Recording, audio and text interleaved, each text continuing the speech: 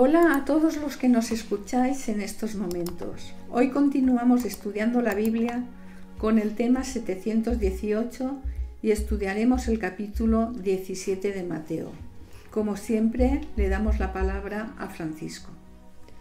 En este capítulo 17 de Mateo describe cosas muy interesantes, las cuales vamos a tratar de analizar. Leo el primer versículo. Dice así: 6 días después, Jesús tomó a Pedro, a Jacobo y a Juan, su hermano, y lo llevó aparte a un monte alto. Cristo había hablado claramente a sus discípulos acerca de sus padecimientos y de su muerte. Pero ellos, como la gran mayoría de los judíos, pensaban que el Mesías sería un rey vencedor. Por eso les resultaba difícil comprender que el Mesías debería sufrir y morir. A estas alturas del ministerio de Jesús ya se había destacado algunos discípulos en cuanto al entendimiento de la misión de él. Entre estos discípulos se encontraban Pedro, Jacobo y su hermano Juan. Estos fueron los invitados por Jesús para que observaran su gloria.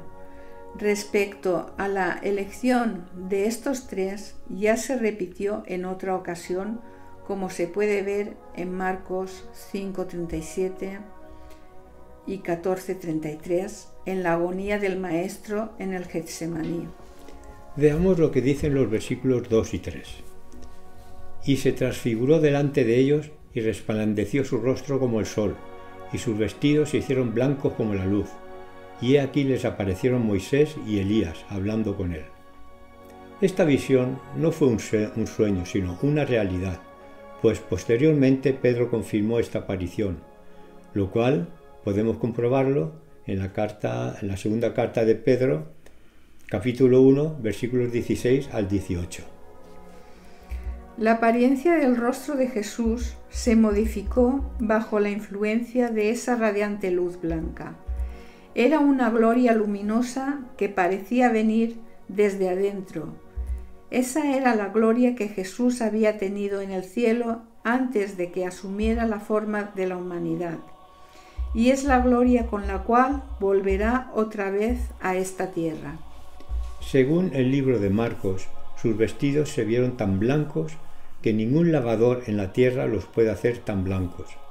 Las vestiduras blancas de los santos reflejan la gloria de las vestiduras de justicia de Cristo en la tierra renovada. Veamos el versículo 3 que dice: y aquí les aparecieron Moisés y Elías, hablando con él. Moisés había sido el gran libertador, legislador y fundador de la nación hebrea. Elías fue el que salvó a esa nación en un momento de gran apostasía y crisis. Aquí había personas vivas que podían dar testimonio acerca de la divinidad de Jesús. Así como Moisés y todos los profetas en sus escritos habían dado testimonio de él. Elías fue trasladado al cielo sin ver la muerte, y Moisés fue resucitado y llevado luego al cielo. Bien, pero el hecho de que Moisés y Elías aparecieran con Cristo en esta ocasión no debe ser considerado como una prueba de que todos los muertos justos están en el cielo. Estos dos, el uno resucitado de entre los muertos y el otro trasladado sin ver la muerte, aparecieron con Jesús como una representación del glorioso reino en el cual los redimidos de todas las edades estarán con él en gloria. Lucas, en su libro Lucas 9:31, dice que estaban hablando con Jesús acerca de su partida y que iba Jesús a cumplir en Jerusalén y que iban a ser decisivos para la salvación de todo el mundo. Pedro, una vez más, propone hacer 3 enramadas, pero no se sabe ciertamente a qué se refiere. Y mientras él hablaba, dice que una nube los cubrió y se oyó una voz que decía: «Este es mi Hijo amado, en quien tengo complacencia. A él oíd». Fue la voz de Dios el Padre, al igual que se pronunció en el bautismo de Jesús. Los 3 discípulos se asustaron, pero Jesús los animó, según podemos ver en los versículos 6 y 7. Jesús no quería llamar la atención sobre lo que había ocurrido y aconsejó a los discípulos no comentarlo con nadie, pues todavía no había llegado la hora de mostrar algunas verdades, ya que incluso los otros discípulos todavía no estaban preparados para escuchar ciertas cosas. Prueba de la inmadurez espiritual de los discípulos, pero a la vez pensativos e intentando razonar, lo podemos ver en el versículo 10 que paso a leer. Dice: entonces sus discípulos le preguntaron diciendo: ¿por qué, pues, dicen los escribas que es necesario que Elías venga primero? Se preguntaban por qué, si Jesús era el Mesías de la profecía, como ellos lo esperaban y lo creían. Elías no había aparecido antes de esta ocasión.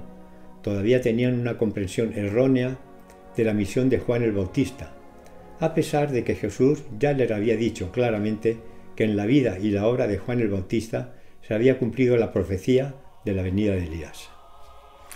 Bueno, parece que ya van comprendiendo a Jesús. Lo podemos ver en el versículo 13 que paso a leer. Entonces los discípulos comprendieron que les había hablado de Juan el Bautista. Bien, como nos está ocurriendo con el libro de Mateo, al ser tan denso e interesante este capítulo, no podemos resumirlo en un tema, por lo que mañana lo acabaremos con el siguiente. Bueno, pues mañana lo acabaremos con el tema 719. Bendiciones y hasta mañana.